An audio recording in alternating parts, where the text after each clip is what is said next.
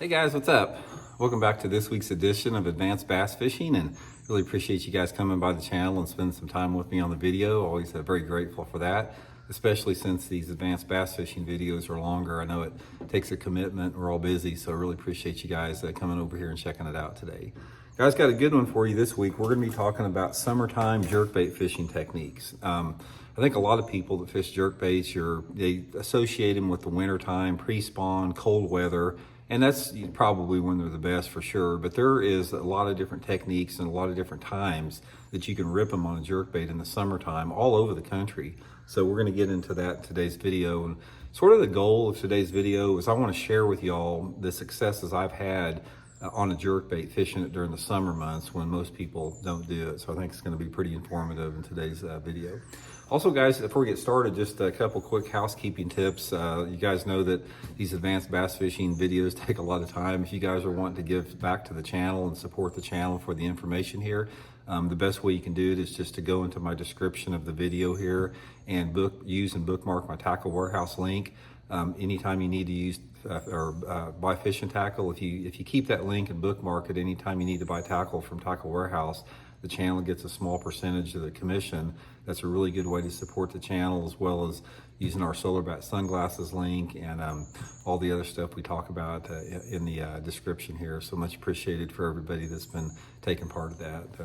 Big thanks from me and my family. Okay, guys, I was sort of like a lot of people out there up until probably, probably about 15 or 20 years ago. I just never fished a jerkbait past March. I'd start fishing it in December.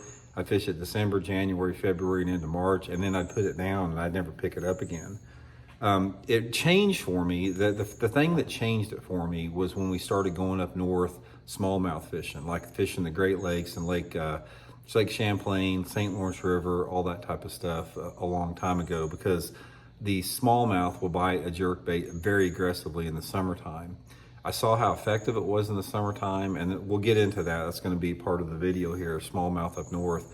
But then I started experimenting with it, fishing it down south in the summertime in some of the lakes that have really warm water out there.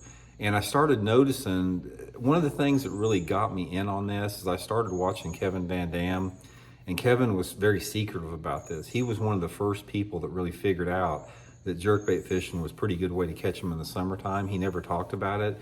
He actually won the Bassmaster Classic there on the, what river, where was that? You guys may help me out here. I think it wasn't the Ohio River, was it? It was one of those tough, it was the lowest all-time classic weight. He won it on a jerkbait in August up there. But there's a lot of other ways you can catch them in warm water, so we're gonna just go over all of that in today's video. So first of all, let's start out with, what I want to do is I want to start out with the when they work as far as different situations, talk a little bit about the colors and cadence and retrieve and all that type of stuff.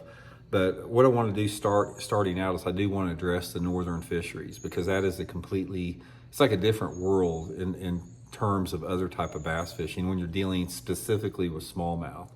Now, all you guys up there that fish the northern tier of lakes. Now, these are all lakes that are up on the northern part of the United States. Primarily, it's going to be Lake St. Clair, all of the Great Lakes, Lake Champlain, the St. Lawrence River, Lake Oneida, all of those famous northern fisheries up there that have a big smallmouth population in them. The smallmouth up north, it's a different type of smallmouth. It's not like the smallmouth that are down, in my part of the country, in the mid part. They don't behave at all. They're completely different. Most of the waters up there in the Great Lakes, you got clear water and you got big smallmouth populations, and you have a lot of flats up there. You have a lot of vast flat areas that have a mix of rock and grass, and those smallmouths just, feed all over those flats all summer long in that real clear water. And a jerkbait is, without a doubt, one of the top 3 ways to catch them, or it used to be before people started spotlighting them. Now everybody just goes out there and roams around in the middle of the lake with a forward-facing sonar minnow. But if you're wanting to catch them on a jerkbait, I can help you out on these type of water. So any of the northern smallmouth fisheries, this is going to work. The things that you want to look for, and I'm going to talk about the specific jerkbait here in a second before we get into it, but the things that you want to look for on the northern tier of lakes up there are the flats. Now, it's different up there. If you guys that fish up there know what I'm talking about, but if you don't, or if you're just going to take a trip up there sometime, the smallmouth don't really relate to any type of a break or a drop up there very much, especially in the summertime of the year. They like to get out on these vast open flats in anywhere between 3 to 15 or deeper water, some 15, 18 feet of water, depending upon where you're at. And they just roam out there, and they're feeding on gobies, crawdads, perch, everything that they have out there. And the technique that you use on it is, I like to get out there in those flats and I try to concentrate on some type of grass or a rough bottom. Now, most all northern lakes have some type of submergent vegetation, and this is key smallmouth habitat. So one of the things that I'll do is I'll get out there on those big flats and I'll just simply look for grass. And a lot of times the grass fields can be small, sometimes they can be bigger, but once I do find some grass out there, I'll make controlled drifts on these flats. So what I'll do is I'll make one pass. I'll say I'll get my boat in 3 to 5 foot of water, and I may make a pass down a flat for like a quarter of a mile. If I catch them, fine. If I don't catch them, the next pass I crank right back up and I'll move out a little deeper. This time I'm gonna get out in 5 to 8 or 5 to 10 foot of water. I'll make another pass out there, see how that does. If I catch them, great. If I don't, the next pass I go right back through that same run there, but I'll just move out deeper in like 10 to 15 feet of water until I finally hit on the depth that the smallmouth are at. Now the smallmouth, the big ones can be anywhere. You might catch a big one in 3 foot of water, or you might catch one in 15 feet of water, but for the most part, those bigger smallmouth are going to be in the deeper water on those flats. So I like to concentrate sort of in that 8 to 15 foot range is my favorite. And I prefer grass, but you don't have to have it. You can have mixed rock, but you do need some type of irregular bottom structure. I don't mean breaks, but I mean, it can't just be like a bare gravel with nothing on it to be very good. Not saying you can't catch them, but you need to have some type of a mix of different size rock or rock and grass. That's the best situation. If you guys can find rock and grass on those flats, it usually always holds some good smallmouth. And the key is once you start getting a few bites in an area, there's always a ton of fish there. There's a lot more fish there once you do start getting more bites. And it's just a matter of covering that water until you start getting those bites. And the thing that makes smallmouth fishing up north both easy and difficult is that the smallmouth are on those flats everywhere, but they group up into certain areas more than others. And the areas that they group up on are those areas out there that have more of a diversity in cover. You might get into like a big bay or something out there, and there may be smallmouth all over it, but there may be like a little 3 or 4 acre section of that bay that has that right combination of grass and rock. So a lot of times it's just hunting for them. And a lot of times if it's calm, you can see it. Most of those lakes up north are so clear, you can see the bottom in 10 or 15 foot of water a lot of times. So on a clear day, you can actually look down and see what you're fishing for there. Now, a couple different things on there as far as the conditions. The conditions I have found don't really matter that much. Those fish up north are completely different. They have a short season up there. They don't get a lot of fishing pressure in relative terms to like we do south. So they're not as finicky when it comes to conditions. It's not like you have to have a perfect set of conditions to catch them. I've caught big bags of smallmouth on jerkbaits up there on calm conditions, windy, in-between conditions, raining, sunny, partly cloudy. It doesn't make any difference. I have not noticed that the weather plays that big of an impact once you do find the fish. The key to catching those big smallmouth and triggering those big smallmouth is a couple different things. You got to have the right bait and you got to have the right cadence to trigger those fish, because those big smallmouth up there, they're going to be notorious for following a jerkbait. I mean, you guys may have heard me talking about this before. I almost won a FLW tournament up at Lake Champlain in late June on a jerkbait. I was leading the tournament going into the last day, and throughout the whole tournament, I was having these big smallmouth. They'd follow my bait. I was only catching a handful of the ones that actually I saw. They'd be interested in it, but they wouldn't actually commit to it. It took a special retrieve, a special cadence actually to get to that fish, to get that fish to commit to it, which was a big thing.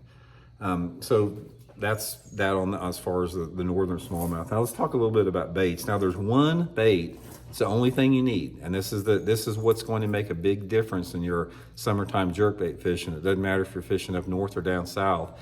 It's the Megabass 110 silent model. That's all I use in the summertime. I don't use any of the regular Megabass Division 110. I don't use any other jerkbait. It's this silent model 110 here that has the affixed balancers. Now, the reason this is I think by the time summer rolls around, the fish are very educated.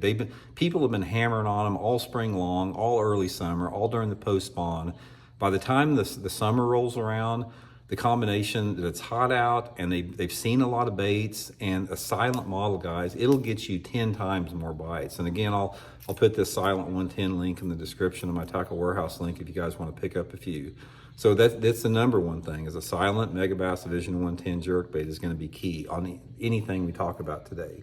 Now for smallmouth, there's four primary colors that I use, and there's actually, several different ones here. I'll, talk about the other ones, but by far my favorite color is this Pro Blue right here, and for smallmouth. Now one of the things I'll do is I'll take a little chartreuse marker and maybe mark up the sides a little bit, but the Pro Blue is my favorite, followed by the Pro Green. The Pro Green is also a good color. If they're biting a Pro Blue, they usually bite a Pro Green. If it happens to be cloudy out, one thing that I have noticed a little bit is they like this algae bone, what's got the bright color on the belly. That seems like it attracts them in a little bit lower light conditions. And then finally, if you have a situation where the water's not super clear. Sometimes you can get up there and you may have 5 or 6 foot of visibility, but you don't have like 10 or 12. That's when I like the matte shad. The matte shad will work a little bit better in a little bit off-color water, and also it seems like sometimes you can do a little bit better if you get a rainy or cloudy day, the matte shad. But those are my 4 primary colors that I use. Now, another thing, guys, I will tell you about smallmouth that makes a big difference is a red hook. If I'm fishing for smallmouth exclusively up there, I go with red hooks on all of my jerkbaits. I use a red round bend Gamakatsu hook on there. That's what I use for smallmouth. I don't use it for largemouth down north. We'll talk it. But I'll tell you how I figured this out too. That same tournament that I was leading up at Lake Champlain, in practice up there, I was getting a bunch of fish in practice that bit the jerkbait. I couldn't keep them on. I remember I had like 10 in a row on, big ones, like 3.5 to 5 pounders, and I'd fight them halfway up to the boat, and every one of them would jump off. And I'm like saying, I may get 25 pounds of bites in this tournament and never get one in the boat. So finally, something clicked. I remember somebody saying that smallmouth like red, and I happened to have some red Gamakatsu trebles in there, and I put those red trebles on, and they just started eating it. And I never lost hardly any fish in the tournament once I put those in there. And also, guys, I'll link that in the description too, those red trebles. That's the big thing with it. Next thing, as far as equipment and how you work the bait for those smallmouth is very, very critical. I use the 6 foot 10 inch. I either use the Megabass whip snake or this Megabass adder mine, which is sort of becoming another favorite of mine now. I use it on 10-pound test Seaguar and Vizex line. Most of the time for my jerkbait fishing, if you guys have watched, I use 4 to 8 pound tests most all the time, but I purposely use 10-pound tests on the summertime smallmouth because I do not want the bait to go very deep. One of the big keys to catching smallmouth up north on a jerkbait is you got to keep that bait shallow. You do not want it to get down into the water column. So here's what I do. When I'll throw it out there with my spinning rod with 10-pound line, and then when I jerk it up like that. This is key, guys. This is a juicy piece of information. Even if you're a bait caster, don't jerk your jerkbait down like that, like you do traditionally. Jerk your jerkbait up, almost like in the 10 o'clock position like that, because what this does is it keeps that jerkbait in 2 to 4 foot of water or less, 2 to 3 foot of water. You want the jerkbait no more ideally you want it like 1 foot to 3 feet under the water, even if you're in 10 or 15 feet of water, because those big smallmouth, they want to come up on something. You don't want to get these jerkbaits too far down into the water column where they can see them real good. You want to keep them above their head like that, and they'll come up off the bottom and hammer that thing a lot more aggressively. So when you jerk it up like that, it keeps that bait a lot higher in the water column. Another thing with it, guys, is you don't have to do You don't have to pause it hardly any. You want to do a fast, aggressive retrieve to generate a reaction strike. So I'll throw it out there, and I'm like this. It's like boom, boom, boom, boom, boom, boom, boom, boom, boom, boom, boom, boom. Like no hesitation whatsoever. This thing is just going all crazy over the water like that. It's not like you're jerking it down and letting it pause and twitching like that. You want the thing to go crazy. In that clear water, whether it's open water like that, that is the key, because the fish are not ambushing. There's nothing for those smallmouth to ambush from. So therefore, you have to use that erratic retrieve to really get them to commit to the bait. So it's a fun way to catch them, guys. I'm telling you right now, there's very few things in bass fishing that are fun as getting on a good smallmouth bite on a jerkbait in the summertime on the Great Lakes. It's just so much fun. Sometimes they just hammer it, and it's a ball, man. So, okay, anyway, that smallmouth, guys, I'm gonna take a quick break, and then we're gonna get back to the more traditional summertime jerkbait fishing for man-made impoundments a little further south. So, be right back. Okay, guys, we're back, man. Out here in the tackle room, it's about 8:30 at night, and it is so dang humid out here. I got the doors open, and I'm like sweating like crazy, man, but I'm not complaining because I love summer. I can't stand freezing my butt off in the wintertime. Okay, guys, let's get into the traditional man-made impoundments, you know, the more typical type fishing everybody does. Now, I'm not really going to go over down south too much, like, you know, all the Texas lakes and Florida lakes that have grass in it, although you can catch some fish down there in the summer over grass, but it's usually it's not as good because the grass fishing in the summertime is usually associated more with mat fishing. And the grass is not in a submergent state like it is in the wintertime where jerkbait fishing is a little bit better. So let's talk about more traditional man-made impoundments and the structures you need to fish and techniques. Now there's 4 or 5 different ways to catch them on a jerkbait in the summertime depending upon the lake. So I'm going to go over some of my favorite type of structures and we'll get into that. Now probably the first one we'll talk about is boat docks. Boat docks are excellent structures in the summertime to fish a jerkbait. And I tell you guys what about boat dock fishing. It's like in the summertime, I've done this all over the country. You can catch a bunch of fish on it. I mean, I've had a lot of days where I've caught like 50 fish on a jerkbait in the summertime off of docks. And the best docks that you can fish, guys, are the floating docks over deeper water. It could be a marina dock, or if you have docks on your lake that are floating docks and they're not the pier type docks, it doesn't really matter.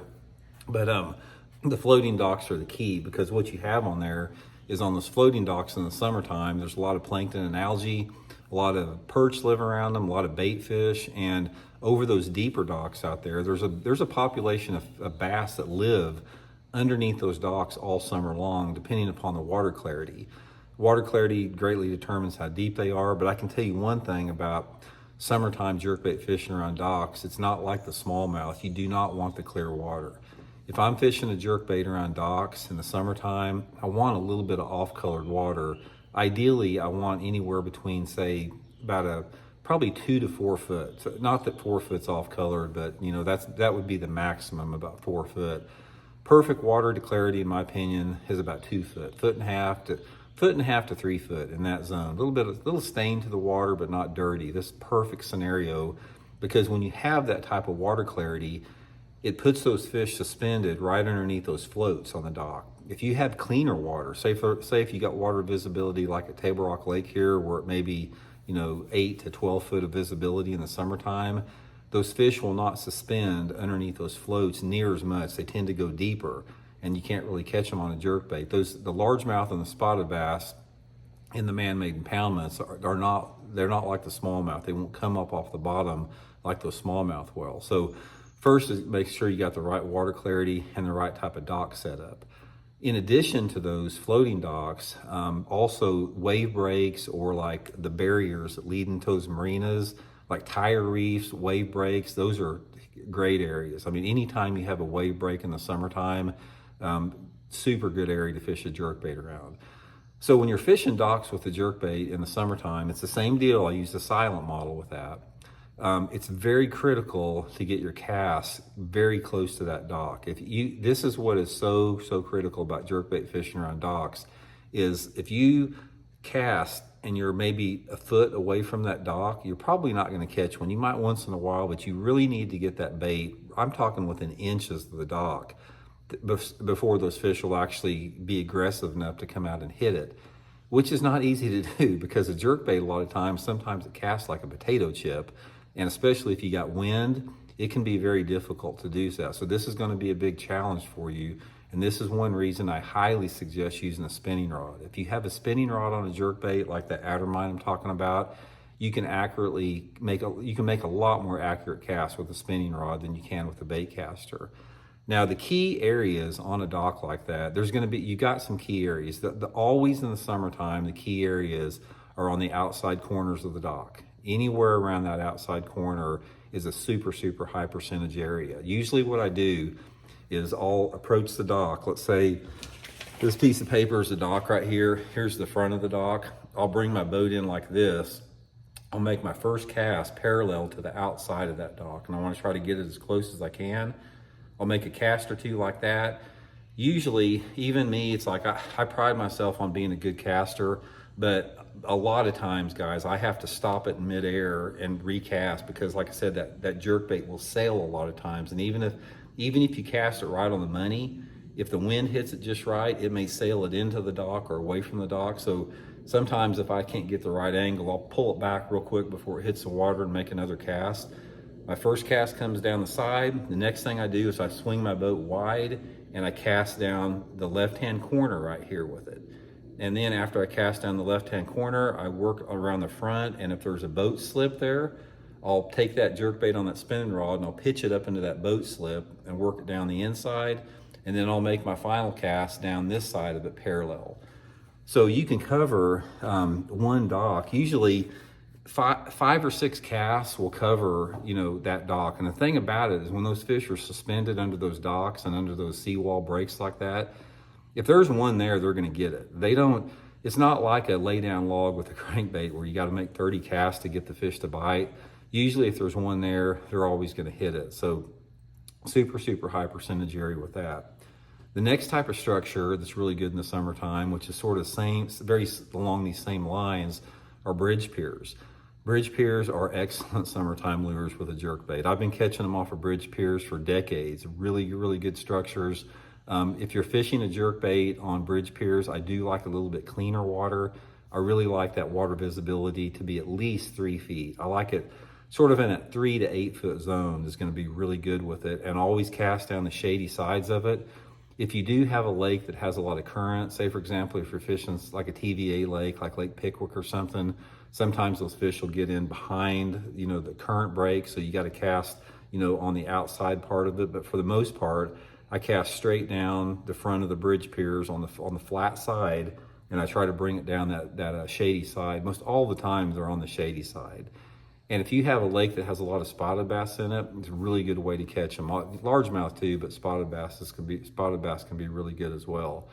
But man, the thing about docks and bridge piers both with the jerkbait in the summertime is you don't catch a lot of big fish on them or good ones, and you can catch keepers on them. And I've caught 3-pounders, but for the most part, it's going to be like a 2 to 3 pounder that you catch on those type of structures, which can be great and a lot of fun, so just sort of remember that. The other two structures that we're going to talk about are, the next one is going to be some type of a riprap bank. Now, one of the things I found out about summertime fishing with the jerkbait is they like riprap, but they don't like rocky banks. I don't know what it is. It's like, I can't hardly catch a fish on the jerkbait off like a rocky channel bank, but I can get on a riprap bank and I can catch fish on the jerkbait. So if your lake has riprap on it, dam riprap, bridge riprap between docks, excellent places for a jerkbait. Most of the time on this, again, you need a little bit more off-colored water, not dirty water, not clear water, but I like, for good riprap fishing with the jerkbait, I'm liking that, 2 to 3 foot visibility. It's gonna be really, really good for that. But the thing that I really want to talk about in the video today, this is probably my favorite way to catch them on it, is fishing a jerkbait around shallow wood structure. Now this is something that most people do not do. It's something that I lucked upon, I figured out by accident, and I'm going to get into that a little bit, how to do that. Now, The thing that I've noticed about it, out of all the places I fish, there's one color that works better than anything when you're fishing largemouth around shallow wood, and that's this is the HT Tennessee shad color, guys. It's like sort of got a purple back with some flash on it with a little puff of chartreuse on the belly.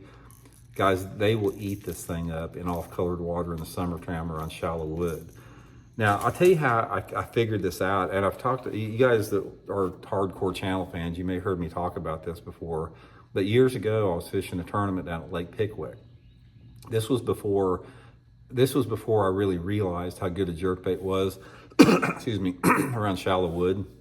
But anyway, I was fishing this creek that had a lot of dirty water in it. The water was like, the water visibility was like that. It was maybe 3 or 4 inches of visibility, dirty water. And I was catching them on a square bill and flipping, doing pretty good in the tournament, but I was catching them this typical muddy water deal.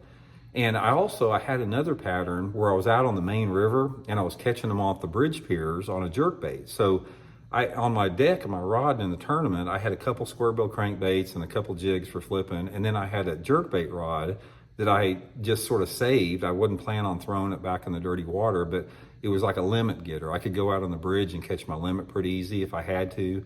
So I had that out on the boat too. So I got on this there was a bend in the creek, and on this bend in the creek, there was like a bunch of underwater stumps. Sometimes you could make out like a little dark spot. The water was only maybe, I don't know, maybe 1.5 feet or 2 foot deep, super shallow, but super dirty. But these fish were schooled up on this point. I caught like 8 or 10 of them on the square bill, and there was probably 10 or 12 stumps out there. Some you could see, some you couldn't. So I'm sitting there saying, man, these fish are schooled up here, and I was catching some good ones on it. So I said, maybe I just need to give them a different look and I'll keep catching them. So I said, what the heck? I threw that jerkbait out there, this one here, the HT Tennessee shad, and the first cast I caught a 5.5 pounder on it in 3 to 4 inches of visibility. The water was 87 degrees, and that just blew every preconception notion I had about jerkbaits not working in hot, dirty water.